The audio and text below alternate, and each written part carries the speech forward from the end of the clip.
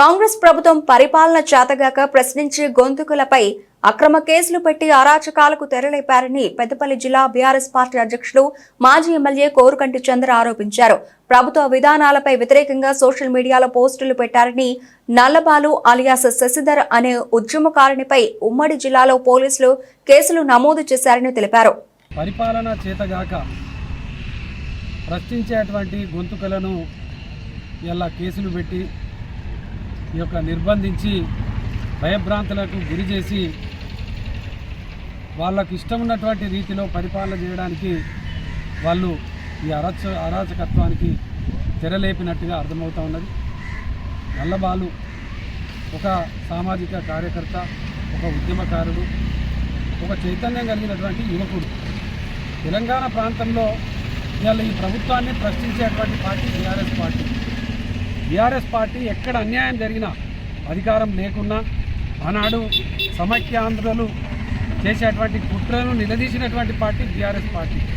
ఈరోజు ఈ తెలంగాణ ప్రాంతంలో అన్యాయం జరుగుతుంటే ప్రశ్నించేటువంటి పార్టీ, ప్రజలకు న్యాయం చేయాలని డిమాండ్ చేసే party BRS party. Working president KT Ramanna నాయకత్వంలో అనేక ఈ ప్రాంతాలలో ఈ ప్రజలు ఎదుర్కొంటున్నటువంటి సమస్యలను లగచర్ల నుంచి మొదలుకొంటే హెచ్సియు దాకా ప్రతి సందర్భాన్ని కూడా ప్రశ్నిస్తూ ఈ ప్రభుత్వాన్ని నిలదీస్తున్నటువంటి సందర్భాలు కూడా ఇలా ప్రజలందరూ కూడా చూస్తున్నారు. ఆ విధంగానే BRS party social media, BRS party నుంచి కూడా అనేక పోస్టులను కూడా మేము కూడా ప్రత్యక్షంగా పెట్టడం జరుగుతుంది. ఈ ప్రాంతంలో ఉన్నటువంటి యువకులు, విద్యార్థులు, చైతన్యం కలిగినటువంటి వాళ్ళు దాన్ని రీట్వీట్ చేస్తూ ఉంటారు, లేకపోతే దాన్ని మళ్ళీ రిపీట్ చేస్తూ ఉంటారు. దాని మీద ఇంత రాద్ధాంతం ఏంది? హైదరాబాద్లో ఉన్నటువంటి తమ్ముడిని తీసుకొచ్చి ఈ గోదావరికల్లో 250 కిలోమీటర్ల దూరం తీసుకొచ్చి కేసు పెట్టి ఇబ్బందులు 3 రోజుల నుంచి వెళ్ళి కరీంనగర్లో ఒకరోజు, ఇలా గోదావరికల్లో ఒకరోజు. అసలు ఏం చేయాలనుకుంటున్నారు?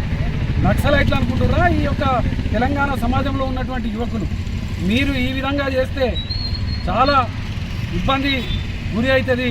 ఈ విధంగా మీరు కాంగ్రెస్ నాయకులు, కాంగ్రెస్ ప్రభుత్వం ఈ విధంగా మా యువకులను, మా పార్టీ శ్రేణులను ఈ విధంగా కేసులు పెడితే తగిన మూల్యం తప్పకుండా చెల్లించుకోక తప్పదు.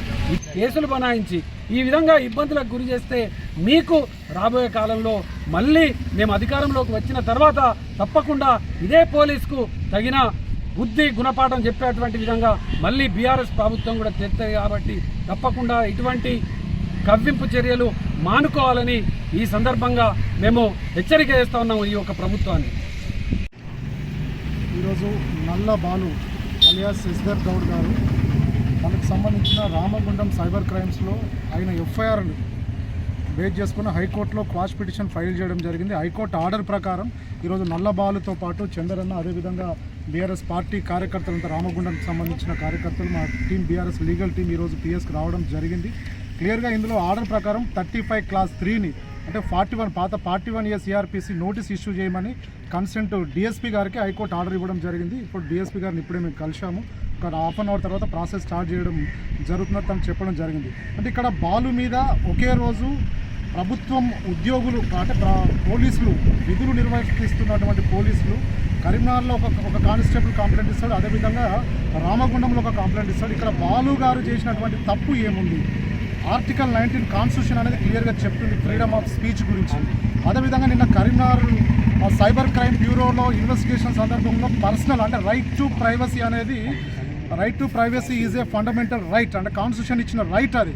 ఆ రైట్ను కూడా వైలేట్ చేస్తూ కరీంనగర్ పోలీసులు నిన్న హైకోర్టు ఆర్డర్ను కూడా వైలేట్ చేస్తూ Puttaswamy versus union of India అనే జడ్జిమెంట్ను కూడా వైలేట్ చేస్తూ ఆయన పర్సనల్ అకౌంట్ స్టేట్మెంట్ను ఇవ్వమని అడగడం, ఆధార్ కార్డు ఇవ్వమని అడగడం, దానికి సంబంధించిన కొన్ని బ్యాంక్ స్టేట్మెంట్స్, యూపీఆర్ ఐడి అంటే ఫోన్పే డీటెయిల్స్ కూడా తనని అడగడం జరిగింది. అంటే ఇది వైలేషన్ ఆఫ్ ది ఫండమెంటల్ రైట్స్ని కూడా వాళ్ళు వైలేట్ చేస్తున్నారని మనకు క్లియర్గా అర్థమవుతుంది.